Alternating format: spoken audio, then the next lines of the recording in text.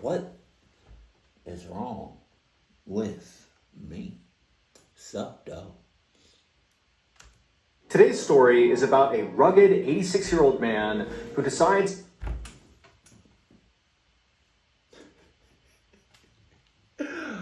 How many of you all knew I was going to pause or say something about his age? 86. If he's 60 and up, you clucking up. If you're 59 and down, stay down. I don't know. head off into the wilderness to try to do something that nobody else before him had ever been able to do. In fact, some had even died trying. But before we get into that story, if you're a fan of the strange, dark, and mysterious delivered in story format, then you've come to the right place because that's all we do, and we upload once a week.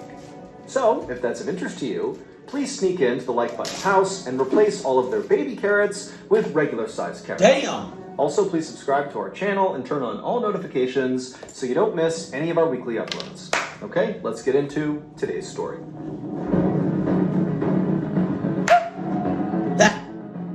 Dice roll. Dice roll.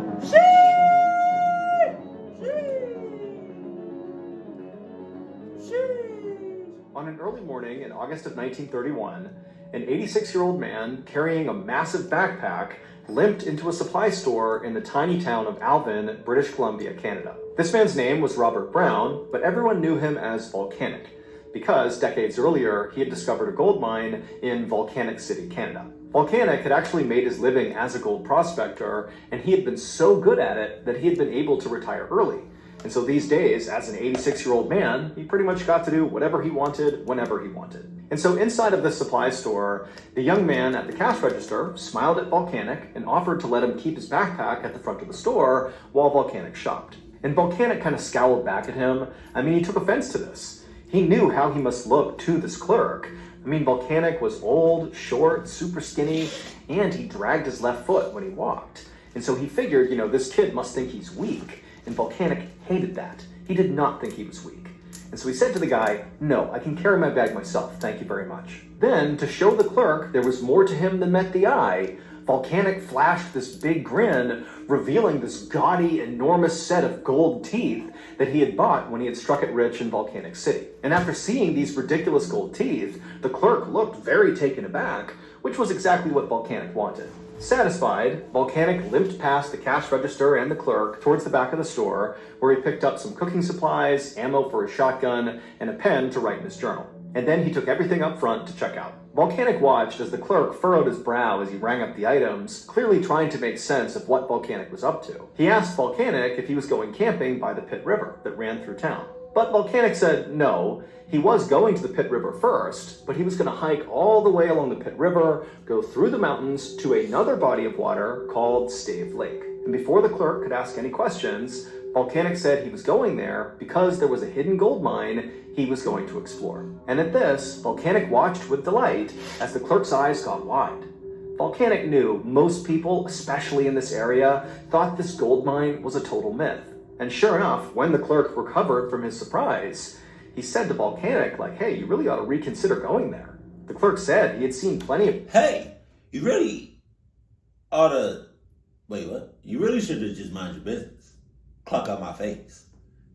Let me just get my shit and we can go ahead about our, separate ways. Please, mind your damn business. People come through his shop on the way out to go try to find this mine, but nobody ever came back saying they had found it. In fact, he said that some of these people didn't come back at all. At least 2 people had died because the hike to Stave Lake was miles and miles through extremely dangerous terrain. Volcanic waited until the clerk was done lecturing him, and then he leaned over the counter and he whispered to the kid that he was different. He had a secret that would allow him and only him to find that mine successfully. And when he did, he would come back to the store and he would lay the gold down right on the counter just to prove it to him. Then Volcanic left a handful of cash on the counter, he gathered up his supplies, flashed one more gold-toothed smile, and then made his way out the door. A few hours later, Volcanic hiked... Is it a gold tooth or gold teeth? Or he not brushing his teeth? One of them.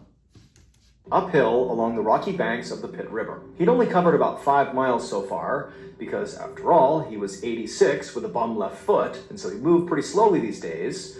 But even still, only 5 miles into the journey, he already felt totally cut off from civilization. The Pitt River was about 1,000 feet across, and it was surrounded on either side by a thick forest. Volcanic was hiking parallel with the river, with the water on his right and the trees on his left. It was a stark and isolated setting that would make most people feel small and vulnerable. But after so many years working as a gold prospector, Volcanic was very accustomed to being out in the wilderness all by himself, so this felt normal. Now, of course, decades had passed since the last time Volcanic was a gold prospector, but even now, at his old age, he still felt like he was the skilled outdoorsman he once was. Volcanic kept on hiking uphill, staying— You're 86!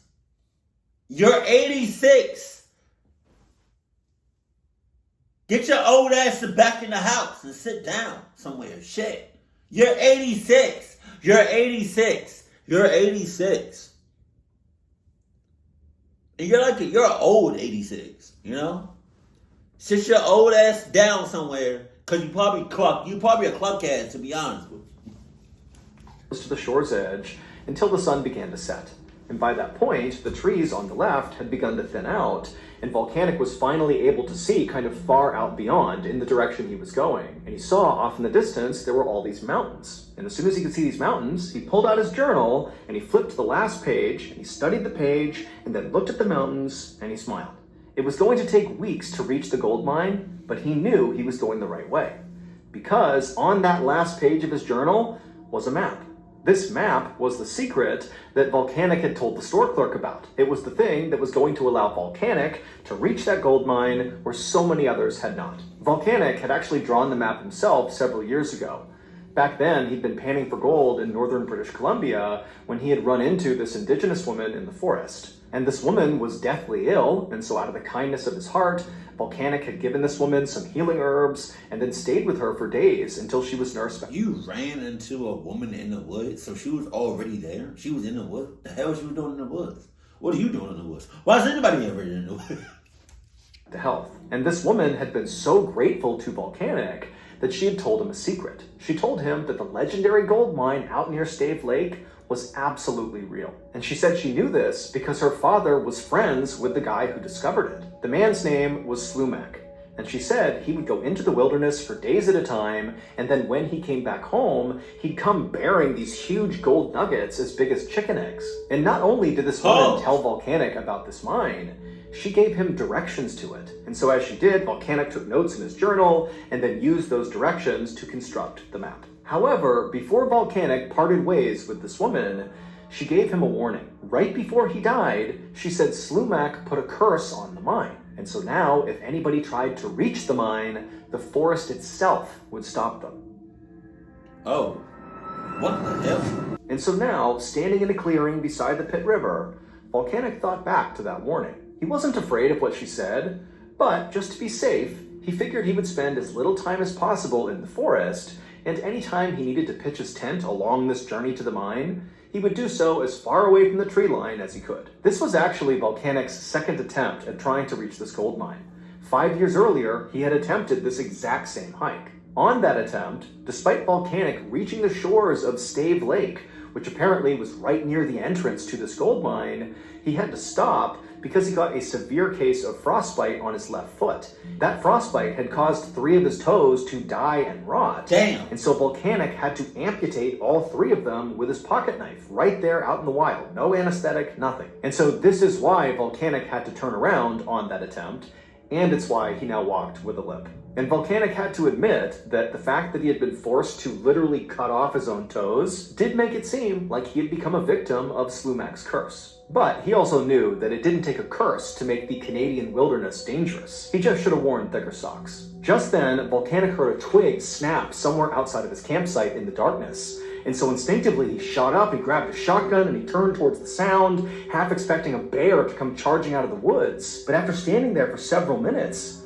nothing came out of the forest, and eventually all Volcanic could hear was the gentle sound of his fire and the river. The forest was totally still. As his heartbeat slowed down, Volcanic told himself that, the sound he heard must have just been a rabbit running through the forest, nothing to worry about. And so he lowered his gun and steadied his breathing, And he looked at his fire and he gave half a thought to just leaving his campfire burning, just in case he heard something else, he'd have some light to go out and see what it was. But he thought he was being kind of paranoid, and so he grabbed some water and put out the fire, Oh my God. leaving him in darkness. And then he climbed into his tent and fell asleep. Oh. The next morning, Volcanic got up at sunrise, packed up his tent and his camping gear, and then hiked all day long. And he did this day in and day out, dragging his left foot behind him for over a month. Volcanic knew he was moving much slower than a younger, healthier man would. Some days, he could barely travel a mile before feeling so exhausted that he would have to stop. But despite becoming skinnier and more ragged by the day, Volcanic kept on hiking. And eventually, after going all the way down the Pit River and crossing through the mountains, he finally arrived at the shore of Stave Lake, the same place he'd been when he'd had to amputate his own toes. But this time, he was able to keep on going. Volcanic hiked all the way to the opposite side of Stave Lake, and he came to a stop to take in the view. Surrounding the lake were all these huge rolling mountains, and in one spot, Volcanic noticed the mountains dipped down and formed a natural bowl in the earth that was filled with this gorgeous bluish-white ice. Now, even though Volcanic had never been to this place before, he knew instinctively that that had to be Stave Glacier. And this glacier meant everything to Volcanic because it was the last major landmark on his map on the way to this mine. According to his map, the entrance to the gold mine was located on the side of a mountain not far from the glacier. Now, Volcanic wanted to keep pushing forward and try to get to this entrance as soon as possible. I mean, he was excited. But the sun was starting to go down, and he knew if he kept on going at night, the risk of injury was quite high. He could slip and fall. And remember, it had taken Volcanic over a month to hike into this location. He is way... You're also 86. ...away from civilization. And so if he gets hurt, nobody's coming to help him. And so he decided he would stop and make camp that night. He pitched his tent well away from the tree line, he ate some beef jerky and biscuits, and then he crawled into his sleeping bag to try to go to sleep. But he couldn't. He was too excited about this mine. He was so close. And so he laid there restlessly for hours, listening to the sound of the wind pick up outside.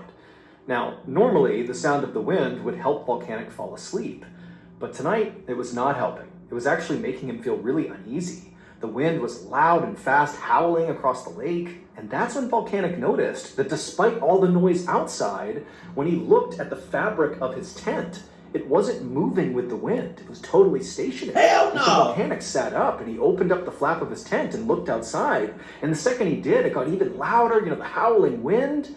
But he couldn't feel any wind blowing. And so he struck a match and he held it out in front of his tent. And the flame didn't even flicker, again, despite all this crazy howling sounds. And that's when he realized there was no wind. And so feeling totally unsettled, Volcanic closed the flap of his tent, got back in his sleeping bag, clutching his gun, listening to this horrifying sound outside that he couldn't make any sense of. And then by the morning, when the sun came up, the sound just went away. By this point, Volcanic was so anxious just to leave and go to this mine that he didn't eat any breakfast. He just grabbed his journal, tore the map out of the last page, tucked it in his back pocket, and he started hiking. He still felt very uneasy about the phantom wind he had heard all night long, but now if he gets there alive, right, and he's conscious and all that, he got to go. How the cluck is he gonna get back to civilization? You're 86. You starting to lose your mind a little bit. The mountain is clucking with you mentally, physically, and all that. You're also 86 with some dead toes. No Adidas, no nothing. How the hell are you going to get back if you make it? sole focus was on this mine. He knew that if he could find it, he would not only have infinite riches, but he would also go down in history as like the greatest gold prospector ever.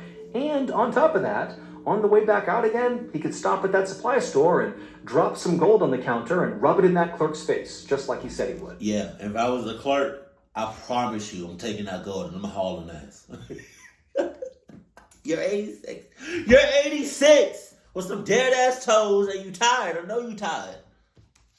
Volcanic made his way first towards the glacier and then up the side of a mountain. He dodged tree limbs and climbed over boulders, all the while dragging his left foot on the ground. And then finally, up ahead, he saw this dark hole on the side of a mountain, and it looked like the entrance to a cave. Now, Volcanic could not see very far into that cave, but he was certain the gold mine had to be inside of there. And so with a rush of excitement, he made his way up to the dark entryway, and he stepped inside. 2 months later, on November 2nd, 1931, that store clerk back in Alvin looked out the front window of his store and watched the snow begin to fall. A blizzard was coming in, and all this clerk could think about was that strange old man with the gold teeth who had wandered off into the wilderness 3 months earlier. Now, the old man had told the clerk that he would stop by the store on his way out to prove he had found the gold. However, the man had not returned. And so the clerk wasn't sure if that was because, he was too embarrassed because he hadn't found the mine, or if maybe he had gotten stuck out in the wilderness. But either way, the clerk just had a bad feeling that, something bad could have happened to that guy. And so just to play it safe, the clerk grabbed his jacket, he left the store, and he went to go find the local game warden to tell him what was going on. 3 weeks later, that same game warden trudged through knee-high snow at the edge of Stave Lake. Even though he and his search party were much younger and healthier than Volcanic, it had still taken them weeks to arrive here, mostly because of the blizzard. But in all the time it took hiking to this location, they had not found a single trace of Volcanic. The warden was beginning to wonder if this was pointless, if they should just turn around and head back. And that's when he looked up and he noticed the glacier on the far end of the lake. And in the snow near that glacier was this little pop of color. The warden pointed it out to his men, and they all began running towards it. And as they got closer, they realized what this thing was a tent that had collapsed under the snow. And then once they actually reached the tent, they shoveled off all the snow and sort of popped it back up, and they looked inside. But Volcanic was not in there. Instead, they found an empty sleeping bag, they found some cooking supplies, a shotgun, some ammo, and a journal that's last page was missing. But there was also one more thing that was inside of this tent. On the floor, right near the opening flap of this tent, was a glass jar. The warden picked it up, and he looked inside, and he gasped. Volcanic Brown was never seen again, and no explanation for what happened to him was ever uncovered. His body was never found, and there were no signs of struggle anywhere in or near his campsite. But the contents of that glass jar that was found inside of the tent proved that either Slumac's gold mine or Slumac's curse was real. There are two slightly different versions of what people believe was found inside of that jar. The first is that the jar was filled with huge nuggets of raw gold. If this is true, it means the gold mine did exist, and Volcanic must have found it before he disappeared. But the second version of what people say was found in that jar has a much darker meaning. In that version, when the warden held up that jar, he did see gold inside, but it was not gold from the mine. Instead, it was Volcanic's solid gold teeth. Almost 100 years have passed since Volcanic went missing, and still to this day, no one has ever successfully found the mine and lived to tell the tale. But to this day, people still keep looking for it, and so far, at least 33 people have either died or disappeared in search of it. Why not just get a helicopter? And now, a clip from the newest episode of Wartime Stories. Enjoy. Terrified for his own life, young Jose Correa fled from the... Why not just get like a helicopter and fly somewhat close to the to ground level and just follow the trail? Is that possible to do it like that? And then when you get to the spot, just drop off, and make sure the helicopter is right there. But damn, that's crazy. It's crazy. You know what's even more crazy? People are gonna still go there just cause. If it's money involved, bro. If it's money involved, people are gonna do the absolute most to get that money, to get that gold. It's money. Like, people go crazy over money, bro. But I don't know all the ways. I have to fart. Excuse me. I don't know all the ways that people have tried and get to that gold mine and like try to successfully get it and then come back. But like I would feel like getting a helicopter or a robot. But I don't know. I don't know. I don't know which one would work better. Getting a helicopter, flying as close as you can to ground level, and just following that path until you get to the gold mine, and then just drop off like from a rope or whatever from the helicopter down. Helicopter stay there. You grab the gold and you leave. Like I don't know if that's even possible. That's probably more easier said than done, but that's just an idea. Keep it cool, keep it classy, and I love you. Stay happy. My family. You're also 86.